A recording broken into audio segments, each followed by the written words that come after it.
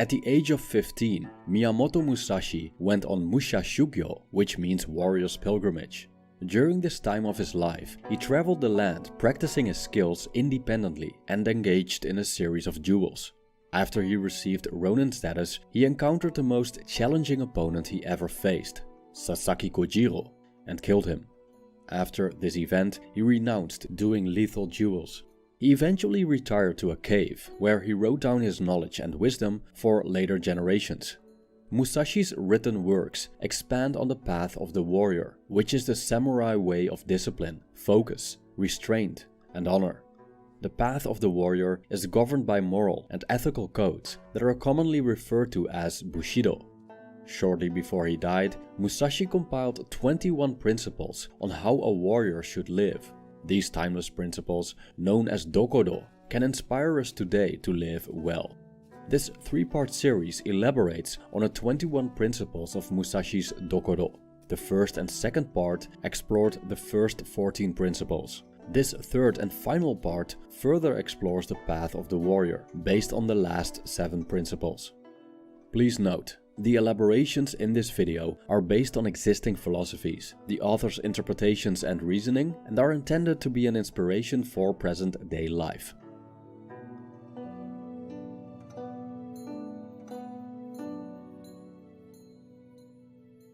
(15) Do not act following customary beliefs. When we look at human behavior, we see the characteristics of a herd animal. Many people slavishly follow the norm, not necessarily because it's the best thing to do, but because everyone does it. Musashi was aware of the dangers of blind obedience and probably experienced the unskillfulness of leaders in his time. These could be the leaders of a so-called Koryu, which is a Japanese school of traditional arts, but also politicians and even the emperor himself. When we carelessly follow customary beliefs, we throw away our common sense, rational thinking capacity, and in some cases our morality in the process. Something being the norm doesn't mean that it isn't evil. We can find countless examples of this in history, in which people collectively engage in evil, convinced that what they do is somehow justifiable. The events during the Second World War illustrate that people who blindly follow the dominant narrative are capable of doing horrifying things. Another example is the general attitude towards drinking in Western culture. While the use of narcotics is frowned upon, drinking alcohol is institutionalized and considered acceptable, fun, and social, even though its effects can be as destructive, if not even more, as using narcotics. It's so normalized that it's the only drug that we have to justify not taking, even when alcohol consumption contributes to approximately 3 million deaths each year, according to the World Health Organization. Hence, customary beliefs aren't always the best guidelines. Musashi, who has lived as a ronin as well as a hermit, spent significant amounts of time separated from society and its norms. One of the benefits of such solitude is that it shields us from outside influences and lets us watch the world from a distance. This makes it easier to independently decide what's beneficial to our lives and what isn't. 16. Do not collect weapons or practice with weapons beyond what is useful. Miyamoto Musashi carried a long and a short sword, not because he wanted to show off his weaponry, but because he was skilled in fighting with 2 swords. And carrying 2 swords was the way of the warrior. In the Book of 5 Rings, Musashi explains that every weapon has unique characteristics. The companion sword, for example, is preferable in confined spaces or when you're close to your opponent, as opposed to spears and halberds that are best used on the battlefield. So even though there's a wide range of choices and functionalities when it comes to weaponry, Musashi advises us not to collect or practice with weapons beyond what's useful. We can see this as a metaphor for everyday life. One of the traps that many ambitious people fall into is that they don't stick with the essentials that get the job done. They engage in unnecessary activities, make unnecessary investments, spend unnecessary amounts of time networking with people without making any significant progress. The inability to clearly define what we need to achieve our goals and stick with doing what needs to be done is a recipe for failure. Sometimes this involves ruthlessly cutting out the elements that, despite their inherent value and usefulness, are useless in the context of our pursuit. However, Musashi also argues that we shouldn't get too attached to one particular way or method either. The samurai practiced with a variety of weapons, from swords to sticks, and knew the abilities and characteristics of each weapon they used, which made them flexible fighters that could be deployed in different kinds of battles. I quote, "You should not have a favorite weapon. To become over-familiar with one weapon is as much a fault as not knowing it sufficiently well. You should not copy others, but use weapons which you can handle properly. It is bad for commanders and troops to have likes and dislikes. These are things you must learn thoroughly." End quote. So, being successful is a delicate process, and Musashi seems to point to the golden middle path between having a lack of focus and being too fixated and attached to one thing. 17. Do not fear death. The awareness of death was an essential part of being a samurai. Students of the sword were trained to fight duels to the death. By being subjugated to relentless practice, they were made ready to fight battles and to be routinely faced with death. Generally speaking, Musashi stated, the way of the warrior is the resolute acceptance of death. End quote. Truly accepting death means not fearing death. And when we don't fear death, we won't give ground when our lives are threatened in battle. Thus, on the battlefield or in a duel, the acceptance of death is empowering. But how about everyday life? Even though most of us are probably less prone to getting our skulls crushed by a long sword compared to those who lived in 17th century Japan, death is still lurking in the shadows everywhere we go. Life isn't a fairy tale. We all die, and we could die anytime. Yet many of us let the fear of the inevitable generate unnecessary anxiety. This is unfortunate because as long as we're still alive, we're not dead. So in no way it hinders us.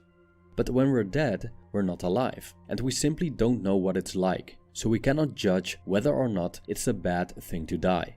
Maybe death is the portal to something much more enjoyable than life. Maybe not. But if death means simply the absence of life, we're at least liberated from all of life's sufferings. In short, it's pointless to worry about death because we don't know what it is. 18. Do not seek to possess either goods or fiefs for your old age. It may be clear by now that Musashi was a minimalist. He lived for honor, victory, perfecting his skill, and contributing to humanity by sharing his wisdom. He fought duel after duel, knowing that he could die at the sword of his opponent. He tells us not to seek to possess either goods or fiefs for old age. In the modern day, this could translate to sacrificing our time and energy now in exchange for possessions, money, and investments that we can enjoy when we're old.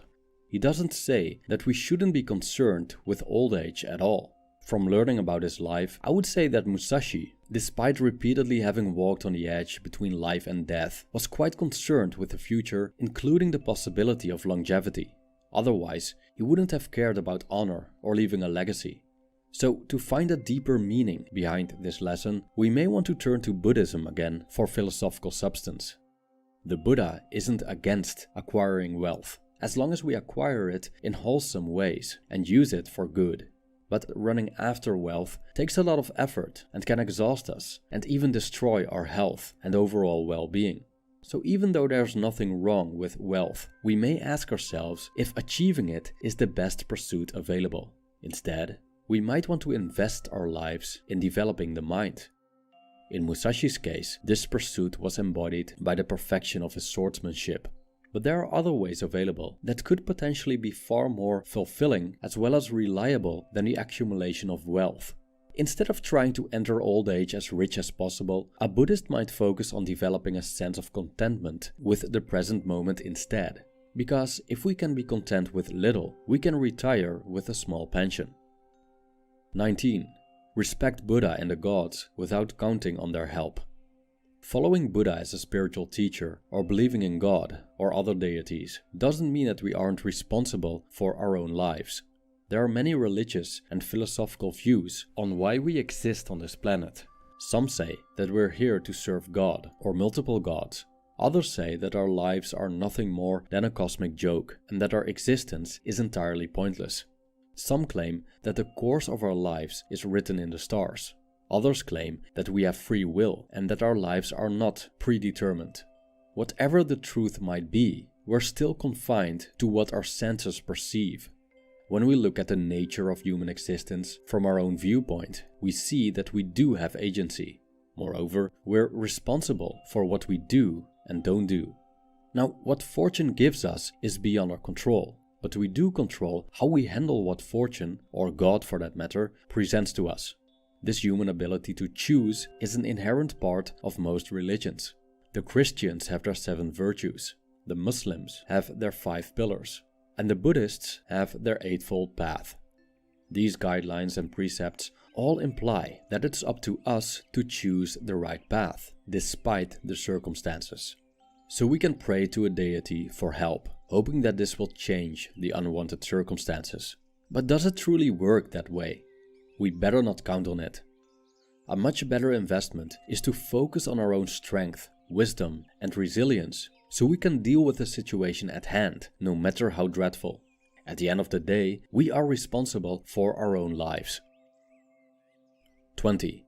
You may abandon your own body, but you must preserve your honor. The way of the warrior is one of honor, meaning that preserving honor is more important than preserving one's life. But honor is a complicated and subjective concept, which differs from culture to culture. Roman Catholic missionary Francis Xavier was one of the first Western people to visit Japan, where he arrived in the year 1550. He described how the Japanese valued honor as well as warfare and weaponry. They felt superior to all nations in, and I quote, military glory and valor, and honored everything that concerned war, end quote. More recent accounts tell us about the spirit of Bushido of the Japanese soldiers who fought during the Second World War, for whom dying for the emperor was the greatest honor. Surrendering to the enemy, however, was considered an act of cowardice. I quote, "Those who had surrendered to the Japanese, regardless of how courageously or honorably they had fought, merited nothing but contempt. They had forfeited all honor and literally deserved nothing." End quote. At the end of the day, the way we handle honor depends on personal and cultural preferences. If we think that honor is more important than life, then it's worth dying for. But if we don't care about honor, we probably choose to live over the preservation of it. According to Musashi, however, the value of honor exceeded life and death. 21. Never stray from the way. The path of the warrior is one of extreme determination, on which there is little room for deviation. Musashi's way was the way of the sword, which he dedicated himself to completely and transcended everything else, including life and death. Now, the degree of commitment of those who walk the path of the warrior can be considered extreme, looking at it from a modern Western viewpoint. These days, true commitment seems rare, as most of us are consumers in a throwaway society, going from pleasure to pleasure, instead of choosing a more difficult path of sacrifice and restraint at the service of a higher goal, even if this higher goal could be the quality of our own life and well-being. But still, if we truly want to get something done, something significant, we have to commit to a certain degree. It's difficult to get any serious work done when we aren't dedicated. This applies to business, relationships, creative projects, or a spiritual path. It applies to mastering any skill, from cooking to playing an instrument, but also to conquering bad habits and addictions. Musashi's life is a testimony of what we can accomplish if we fully, wholeheartedly commit to a goal. In his case, sword fighting. Musashi fought more than 60 duels, many of which were to the death, and he won all of them. Furthermore, he left a legacy for centuries to come, and he is honored to this day. Thank you for watching.